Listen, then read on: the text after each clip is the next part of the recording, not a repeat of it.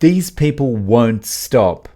It's just attack after attack after attack. And whether this is about ethics, or this is some political thing, or this is just someone trying to get ahead, or whether this is someone just trying to get ahead in academia, it's really annoying that it's just constant attacks. And I'm going to explain everything and get into it in a moment. But just before I do, I've got a short message for you. And what I want to let you know is I would like you to come on the channel and interview with me and tell your story about carnivore. And the reason that I want you to do that is actually in two parts.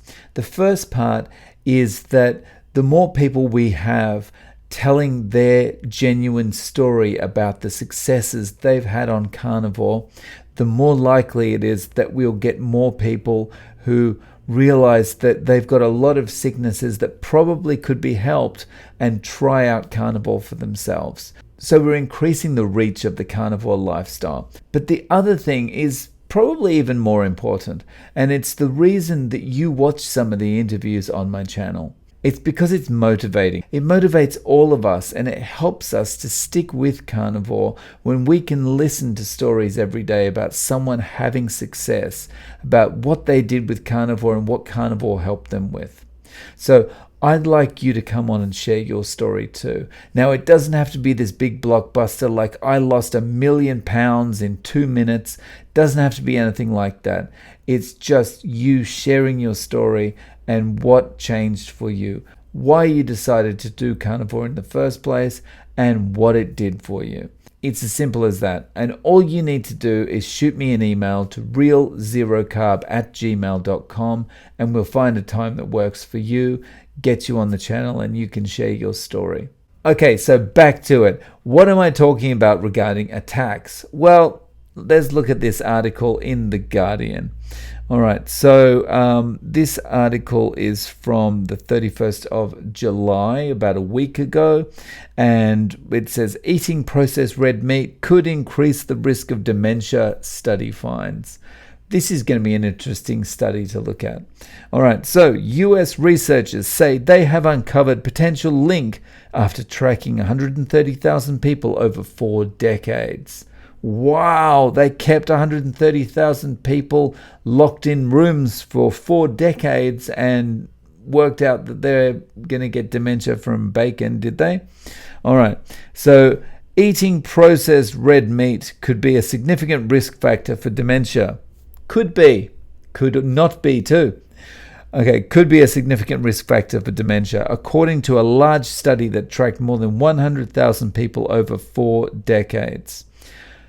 Okay, so my first question would be, how did you track that many people for that long and not make any mistakes? How did you know exactly what they were eating? Interesting, isn't it? Processed red meat has previously been shown to increase the risk of cancer, heart disease, and type 2 diabetes. Now, US researchers say they have uncovered a potential link to dementia. First off, processed red meat has not been shown to increase the risk of cancer, heart disease, and type 2 diabetes, because there is no study out there that can actually say processed red meat caused this problem, because there are too many confounders. There is no way you can do that.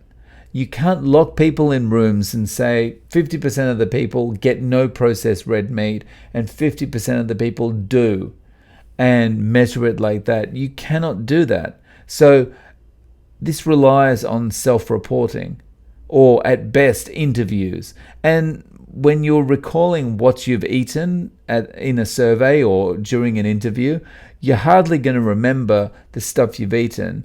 And even if you can remember the stuff you've eaten perfectly, what about all the other stuff that you're eating? What impact is that going to have? So yeah, I ate bacon, but I put it in a white bread sandwich and I topped it with potato chips and ketchup, right? Which one of those ingredients is the one that's causing the dementia? I would hazard a guess it's not the bacon. Okay. The study also found that replacing processed red meat with healthier foods such as nuts, beans, or tofu could help reduce the risk of dementia. When was tofu ever decided to be a healthy food? Who mandated that? It's like slop. The findings were presented at the Alzheimer's Association International Conference in the US. Okay, the number of people living with dementia globally is forecast to nearly triple to 153 million by 2050, and studies looking at diet and risk of cognitive decline has become a focus of researchers.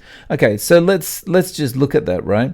So it's set to triple to 153 million by 2050. Right, we are eating less bacon now than we ever have before. We're eating less processed meat than we ever had before, because there's all this push to plant-based this and plant-based that, and eat whole food, plant-based, and do this and do that. Right, we're eating less than ever, and it's going to increase. Right, what does that tell you? It isn't the bacon. It's not the bacon. It's all the other garbage. It's all the boxed cereal. It's the sugar-sweetened beverages. It's the candy. It's all this stuff. It's potentially the vegetables with their toxins in them. It's not bacon, right? But bacon's a convenient scapegoat, right? In the latest research, experts studied the health of 130,000 nurses and other health workers working in the US. They were tracked for 43 years and provided data on their diet every 2 to 5 years. Okay, so here's a massive red flag. They provided data on their diet every 2 to 5 years. So, Mr. Smith, 5 years ago, what did you have for breakfast? Bacon. Oh my goodness. Just bacon. Oh, right. I better write that down. I think, you might be a candidate for Alzheimer's. Anyway, the participants were asked how often they ate processed red meat, including bacon, hot dogs, sausages, salami, and other sandwich meat. They were also asked about their consumption of nuts, legumes, including peanut butter, peanuts, walnuts, and other nuts, string beans, peas, soy milk, and tofu. Okay. Granted, someone who's eating bacon is probably not going to turn around and eat soy milk and tofu, right? Or you drink soy milk, don't you? You don't eat it. But anyway, someone who's eating bacon is probably not going to go, well, bacon was awesome, but you know what I need now? I need to wash it down with some soy milk. Probably not. Having said that, are we now saying that peanut butter is healthy? And not just crushed up peanuts made into butter or something, but the garbage that you buy off the shelf? More than 11,000 cases of dementia were identified during the follow-up period. Consuming 2 servings of processed red meat each week appeared to raise the risk of cognitive decline by 14% compared with those eating about 3 servings a month, the researchers reported. Okay, firstly, keyword here, appeared. Secondly, how do they know? They're surveying people every 2 to 5 years. The study also suggested that replacing 1 daily serving of processed red meat for a daily serving of nuts, beans, or tofu every day could lower the risk of dementia by 23%. Really? So if I put my tofu here, put some bacon on the top and sandwich it in more tofu, is that going to be better? Anyway, the lead author of the study, I'm going to butcher this, Dr. Yuhan Lee, an assistant professor at the Brigham and Women's Hospital in Boston, said study results have been mixed on whether there is a relationship between cognitive decline and meat consumption in general. So we took a closer look at how eating different amounts of both processed and unprocessed meats affects cognitive risk and function. By studying people over a long period of time, we found that eating processed red meat could be a significant risk factor for dementia. Or it could be all that stuff that people are eating that are sugar or turn into sugar as soon as they consume it. Sugar sweetened beverages, cereal, processed baked goods, that kind of stuff, which is a high proportion of people's diets these days. Pasta, garbage like that. Okay, Lee, who conducted the study while at the Harvard here we go, Harvard T.H. Chan. Harvard T.H. Chan School of Public Health in Boston added dietary guidelines could include recommendations limiting it to promote brain health. Or we could not do that because nothing's been proven yet, Ms. Lee. Right?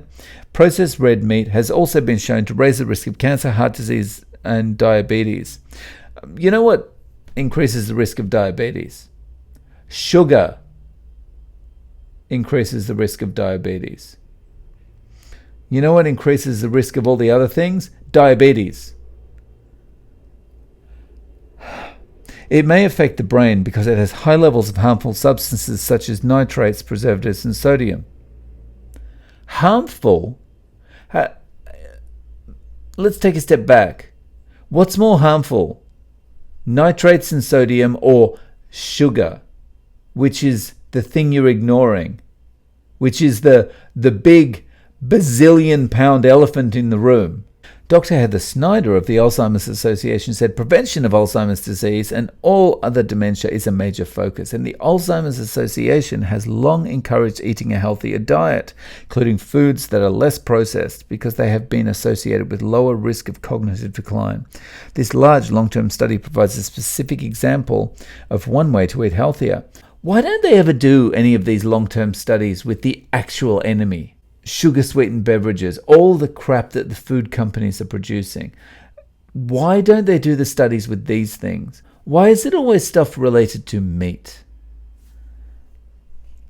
Dr. Richard Oakley of the Alzheimer's Association in the UK said, in this study, more people who ate processed red meat went on to develop dementia and had worse memory and thinking skills. What else did they eat, Richard? Did they just eat those things? And if not, what were the other things they consumed? Did you ask about those?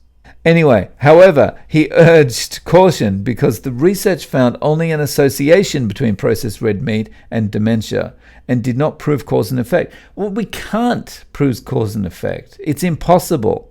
It's important to remember that this doesn't mean that eating processed red meat is directly related to developing dementia. It may be that people who avoid processed red meat are generally more health conscious and avoid other unhealthy habits that increase dementia risk, like eating sugar. That would be something to avoid. Anyway, there's an interesting thing I found on the web here. Okay, so this is the Science Media Center. I don't know who this is. I just did a search to see if there was any reaction to this. And there is indeed an expert reaction to conference abstract on red meat intake, risk of dementia and cognitive function in US adults. But let's just go down to the bottom and the final, where are we? Final comment. Dr. Sebastian Walsh, NIHR doctoral fellow researching population-level approaches to dementia risk reduction, University of Cambridge, said, whilst eye-catching, it is difficult to know exactly what to make of these results without seeing the full research paper. Currently only a press release and research summary are available. Okay, so this is a really good point, right? We've got newspapers all over the world, The Guardian, and like if you search on dementia, bacon, recent study, those kind of keywords in Google, there are papers all over the world reporting on this. And all that's been provided at this stage is an abstract that basically says, well, you're 14% more likely to get dementia if you eat processed meats. And that's it. And everyone's reporting on it as if it's going to be read as if it's fact. It doesn't matter if they have maybe associated with, could be, might be, maybe. Doesn't matter what that says. The general public is going to see that article. Most people are not going to read past the headline because it's going to do their head in to read all the gibberish that's in there. But they'll read the headline and they'll go, oh, processed meat, dementia. Okay, well, I better cut out the processed meat and eat more of that other processed junk that they're not complaining about that is going to give me diabetes. Nice work. So again, come back to something really simple. Really, really simple. It's not meat, or it's probably not even processed meat, that's causing diabetes, heart attack, stroke, and all these other things. It's sugar that is causing diabetes, and it's diabetes that's causing everything else. That's the problem. It's diabetes and the associated things that happen with diabetes that's causing everything else. It's as simple as that. People want to pass the buck to meat products, but it's not meat. We didn't have this diabetes epidemic thousands of years ago. There wasn't this heart disease epidemic thousands of years ago. The problem is sugar. It's as simple as that. And if you want to see an awesome interview that'll give you the motivation to get off sugar, check out this video next.